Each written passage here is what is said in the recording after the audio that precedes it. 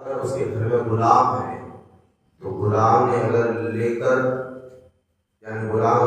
گیا اور جا کر کے مسکین کو دیا، تو اس میں جو مالک ہے جس نے جانے کا حکم دیا یعنی جس نے جو ہے دینے کا حکم دیا،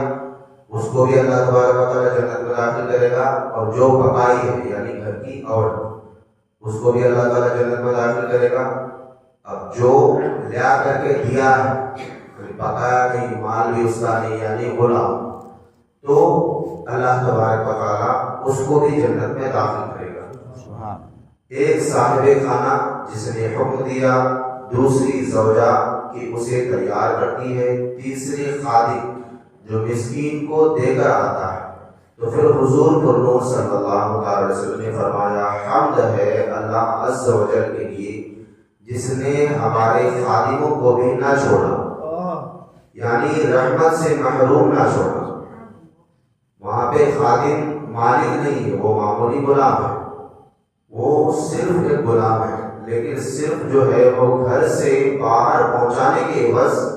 اللہ تبارک و تعالیٰ اس کو بھی جنت میں داخل کرے گا۔ مسافروں پر خرچ کرنا،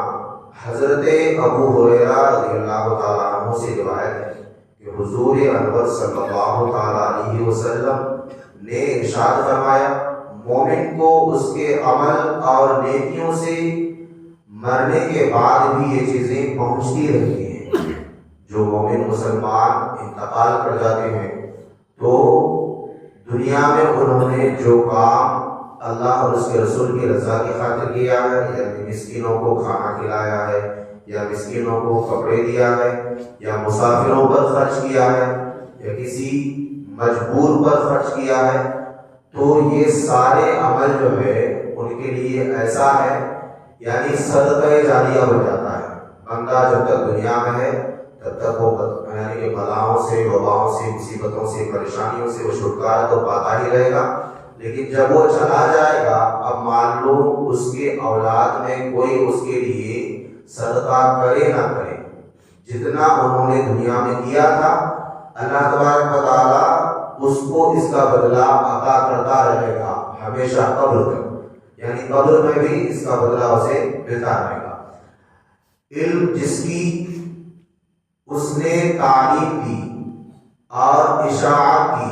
نیک اولاد جسے چھوڑ کر مرا ہے یعنی انتقال کیا ہے، یا مصحف جسے میراث میں چھوڑا، یا مسجد بنا دی، یا مسافر کے لیے مکان بنا دیا، یا نہر جاری کر دی، یا اپنی صحت اور زندگی میں اپنے مال میں صدقہ نکال دیا، جو اس نے مرنے کے بعد اس کے مرنے کے بعد اس کو ملے گا ہی ملے گا، یعنی یہ ساری چیزوں کا بدلہ جو ہے اللہ تبارک و تعالیٰ اس کے نام اعمال میں دنیا میں تو اس کو دیتا ہی دیتا ہے، اس کے نام اعمال کو اللہ تبارک و تعالیٰ روشن تو کرتا ہی کرتا ہے، لیکن جب بندہ چلا جائے گا تو اس کے بعد یہ ساری چیزوں کا بدلہ اس کو ملتا ہی رہے گا، یعنی اس کے نام اعمال کو اللہ تعالیٰ منقطع نہیں کرتا۔ سائلوں کو دینا، یاد رہے کہ صرف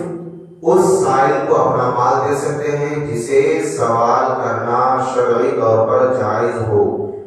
جیسے مسکین، جہاد اور علم دین حاصل کرنے میں مشغول افراد وغیرہ، اور جسے سوال کرنا جائز نہیں اس کے سوال پر اسے دینا بھی ناجائز ہے۔ جسے سوال کرنا جائز نہیں اس کے سوال پر بھی دینا ناجائز ہے۔ تو اس سے پتہ چلتا ہے کہ جو لوگ مانگنے کے لیے آتے ہیں یہ سب لوگ ان لوگوں میں مسکین نہیں ہوتے، سب لوگ ان لوگوں میں جو شریعت نے بتائی ہے سب لوگ اس اعتبار سے مسکین نہیں ہوتے، اسی لیے اپنا مال جو الحمدللہ تعالیٰ اللہ تبارک و تعالیٰ نے آپ کو عطا کیا ہے تو آپ ان کو دیں جو حقیقت میں مسکین ہے، یا مسافر جو ہے تو مسافر پر خرچ کریں، تو اس اعتبار سے آپ گنہگار بھی نہیں ہوں گے، اور دینے والا گنہگار ہوگا، یعنی جو ان کو دے گا جو یعنی جسے دینا جائز نہیں، اب اگر اس کو کوئی دے دیا تو اس صورت میں وہ بندہ گنہگار بھی ہوگا۔ البتہ بعض لوگوں کو سوال کرنا جائز نہیں ہوتا، لیکن ضرورت مند ہوتے ہیں انہیں بغیر مانگے دینا جائز ہے۔ ہاں یہ اور ہے کہ اگر کوئی مان لیجیے مانگنے کے لیے آ گیا ہے، جیسے مان لیجیے غریبی ہے، بہت تنگ دستی ہے، بہت پریشانی ہے، یا کسی بلا میں مبتلا ہو چکا ہے، جیسے مان لیجیے کوئی حادثہ ہو گیا، اتنا غریب ہے کہ وہ اپنے یعنی حادثہ میں ہونے والے شخص کا جو ہے اپنے گھر کے افراد کا علاج نہ کروا سکے، یعنی اس کی ضرورت کو پوری نہ کر سکے، یا کسی کی بیٹی کی شادی ہے، اب دور زمانہ میں اتنی غربت ہے کہ اس کی بیٹی کی شادی نہیں ہو رہی ہے، یا ان کی بچیاں بہت ساری ہیں، تو اس صورت میں لوگوں کو چاہیے کہ انہیں جو ہے مسکین سمجھ کر کے نہ دیں، بلکہ ضرورت حسن اخلاق کے تحت مدد کرنا یہ بھی سنت ہے۔ تو اس اعتبار سے اگر کوئی بندہ یعنی اپنے مومن مسلمان بھائیوں کی خیر خواہی کرتا ہے تو انشاءاللہ تعالیٰ پھر وہ بندہ گنہگار بھی نہیں ہوگا اور اس کو اس کا بدلہ ہمیشہ ملتا رہے گا۔ جیسے کہ فقیر صدر الشریعہ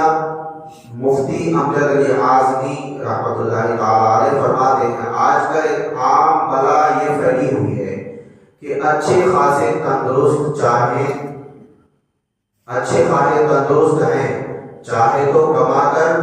اوروں کو کھلائیں، مگر انہوں نے اپنے وجود کا بیکار قرار رکھا ہے۔ کون محنت کرے، مصیبت جھیلے، بے مشقت جو مل جائے تو تکلیف کیوں برداشت کرے، ناجائز طور پر سوال کرتے ہیں اور بھیک مانگ کر پیٹ بھرتے ہیں، اور بہت سے ایسے ہیں کہ مزدوری تو مزدوری ہے، چھوٹی موٹی تجارت کو یعنی ننگو آڑ خیال کرتے اور بھیک مانگنا کہ حقیقتاً ایسوں کے لیے بے عزتی و بے غیرتی ہے، مائے عزت جانتے ہیں، اور بہت ساروں نے تو بھیک مانگنا اپنا پیشہ ہی بنا رکھا ہے۔ گھر میں ہزاروں روپے ہیں، سود کا لین دین کرتے ہیں، زراعت وغیرہ کرتے ہیں، مگر بھیک مانگنا نہیں چھوڑتے، یعنی کاروبار کرتے ہیں لیکن بھیک مانگنا نہیں چھوڑتے۔ ان سے کہا جاتا ہے تو جواب دیتے ہیں کہ یہ ہمارا پیشہ ہے۔ واہ صاحب واہ، کیا ہم اپنا پیشہ چھوڑ دیں؟ حالانکہ ایسوں کو سوال حرام ہے، یعنی ایسوں کا سوال کرنا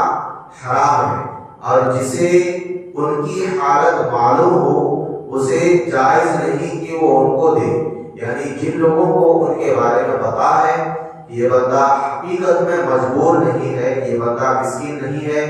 اور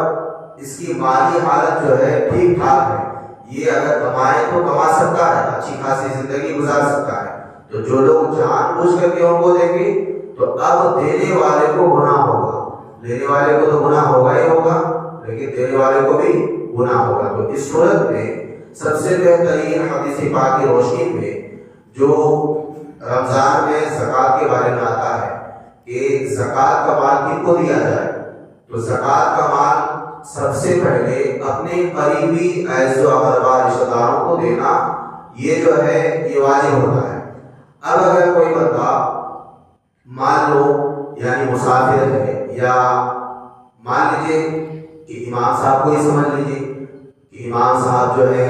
بیچارے سال بھر خدمت کرتے ہیں، اب زکوٰۃ کا مال جو ہے بہت سارا آیا ہوا ہے تو چلو سب کو دے دیتے ہیں، تھوڑا امام صاحب کو بھی دے دیں، یہ سراسر ناجائز ہے، کیونکہ زکوٰۃ کا مال جو ہے ان کو دینا چاہیے جو حقیقت میں ضرورت مند ہے۔ میں اپنے اوپر اس لیے ڈال رہا ہوں کہ آپ لوگ سمجھ جائیں،